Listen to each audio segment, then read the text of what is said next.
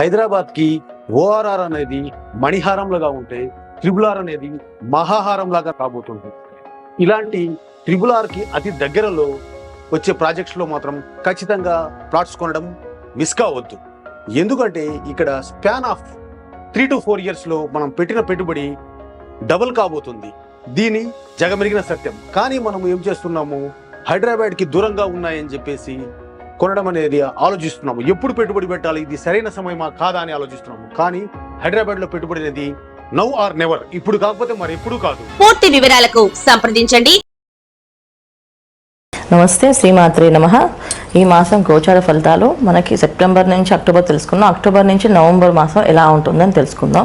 గోచార ఫలితాలు అక్టోబర్ మాసంలో ఎవరికి ఎలా ఉంటుంది, ఏ రాశి వాళ్ళకి ఎలా ఉంటుంది. గోచారంలో మనకు చూసుకుంటే ఇప్పుడు మీనరాశిలో రాహు, వృషభ రాశిలో గురువు, మిథున రాశిలో కుజుడు, కన్యా రాశిలో కేతువు, రవి, బుధులు, కుంభరాశిలో శని భగవానుడు, వక్రిస్తున్న శని భగవానుడు.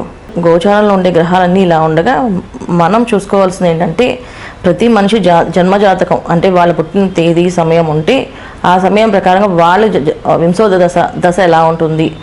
సో ఆ జాతక ప్రకారంగా ఫలితాలు ఎక్కువగా పనిచేస్తాయి. గోచార ఫలితాలు అనేది ఎప్పుడు ఎలా తీసుకుంటామంటే మనం మనకుండే జాతకంలో సరిగ్గా టైం తెలియని వాళ్ళకి గోచార ఫలితాలు అనేది ఆ పేరుతో పిలువబడే రాశి ఫలితాల వల్ల, ఒకవేళ ఆ ఈ ఊ అనే అక్షరాల్లో ఉంటే వాళ్ళు ఈ రాశి వాళ్ళ కింద చెందుతారండి, మేషరాశి కింద, వృషభ రాశి కింద వస్తారు కనుక ఇలాంటి గోచార ఫలితాలు మనం తీసుకుంటుంటాం. అయితే గోచారంలో ఉండే గ్రహాలు ఏవైతే ఉన్నాయో, సో గోచార ఫలితాలు ఏవైతే మనం చూసుకుంటామో మన జన్మ జాతకంలో ఉండే దశలు, వింతోద దశల ప్రకారంగా ఫలితాలు ఎక్కువగా ఉంటాయి. అయితే ఈ గోచార ఫలితాలు ఎప్పుడు తీసుకోవాలి అంటే జన్మ జాతకం లేని వాళ్ళకి, జాతకంలో ఒకవేళ వాళ్ళకి సరిగ్గా తెలియక టైం ఆఫ్ బర్త్ తెలియని వాళ్ళకి, మాకు ఏ దశ నడుస్తుందో తెలియని వాళ్ళు ఈ గోచార ఫలితాలు తీసుకోవాలి. సో గోచారంలో నడిచే ప్రతి ఒక్క గ్రహం ఒక పాజిటివ్ అనే అనుకూలత, ప్రతికూలత అనేవి చూసుకున్నప్పుడు ఎలా ఉంటుందంటే మనం చేసే పనిలో, మనం చేసే వృత్తి ఉద్యోగాల్లో ఇవి ఎలాంటి ఫలితాలు వస్తాయి. అయితే ప్రతి వాళ్ళు ఏంటంటే మాస ఫలితాలు అనేది ఎందుకు తీసుకున్నాం అంటే ప్రతి మాసము శుక్రుడు, కుజుడు, బుధుడు వీళ్ళు మారుతూ ఉంటారు. సో మారడం వల్ల ఏంటంటే మంచి ఉద్యోగాల మీద, కాస్త వ్యాపారాల మీద, వివాహాల మీద కాస్త ఇబ్బందులు పడుతూ ముందుకు అనుకూలంగా, ప్రతికూలంగా మారే అవకాశం ఎక్కువగా ఉంటుంది. అందువల్ల మనం ఏంటంటే ఈ గోచర ఫలితాలను చూసుకుంటూ ఉంటాం. అయితే ఈ రాశి ఫలాలు ఎప్పుడైతే చూసుకుంటామో ఈ రాశి ఫలాల్లో ఉన్న విషయాలని అంత పెద్దగా మైండ్లోకి ఎక్కించుకోకుండా పరిహారం మాత్రం చేయండి. ఎందుకంటే ప్రతిదీ కొంతమందికి కొన్ని రాశులకి అనుకూలంగా ఉంటుంది, కొన్ని రాశులకి ప్రతికూలంగా ఉంటుంది. సో మాకు ఈ రాశి ఈ మాసం బాలేదు కదా, అందుకని నిజంగా ఫలితాలు మా మీద ఇబ్బంది పడతాయేమో అంటే తెలియదు. ఎందుకంటే మన జన్మ జాతకంలో ఏవైతే గ్రహస్థితి నడుస్తుందో ఖచ్చితంగా ఆ జన్మ జాతకంలో ఉండే ఫలితాలు మాత్రమే ఎక్కువగా వస్తాయి. గోచర ఫలితాలు అనేది కాస్త తక్కువగా వస్తాయి. కాకపోతే ఇబ్బంది అనేది పడతాం ఖచ్చితంగా. వర్షం పడితే గొడుగు పట్టుకు వెళ్ళినట్టుగా మన లైఫ్లో కాస్తంత ఇబ్బంది వస్తే దానికి మనం పరిహారం చేసుకోవాలి. అలా పరిహారం అనేది కంపల్సరీగా పాటించండి. ఏదైతే పరిహారం ఉందో అది మీరు చేయడానికి ప్రయత్నం చేయండి. ఇప్పుడు మనం మొదటిగా చూసుకున్న రాశి ఫలితం ఏంటంటే కర్కాటక రాశి వాళ్ళకి ఈ మాసంలో ఉండే కొన్ని గ్రహాల అనుకూలత, కొన్ని గ్రహాల ప్రతికూలత కనిపిస్తున్నాయి.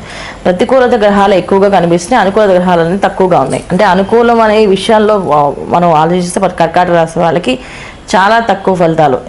ఎటువంటి ఫలితాలు అంటే మనకి వ్యవహారికంగా చేసే వ్యవహారాల్లో కానీ, వివాహాల్లో కానీ అనుకూలంగా కనిపిస్తుంది.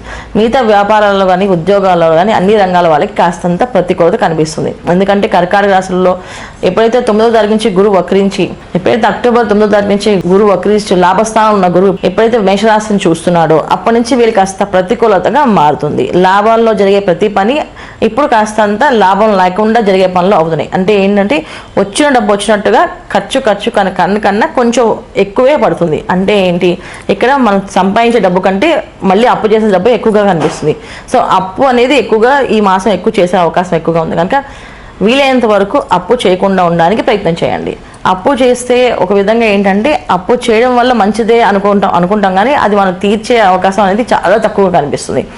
ఎందుకంటే వీళ్ళకి కుజుడు ఎప్పుడైతే మిథున రాశిలో ఉన్నాడో ఆ కుజుడు ఒక ప్రతికూలత ఏంటంటే ఒకసారి అప్పు కానీ రుణం కానీ చేస్తే ఆ రుణం తీర్చకుండా రుణానుబంధ రూపేణ అంటే అలా పరిగెడుతూ అలా వాళ్ళ జీవితాంతం ఉంటుంది.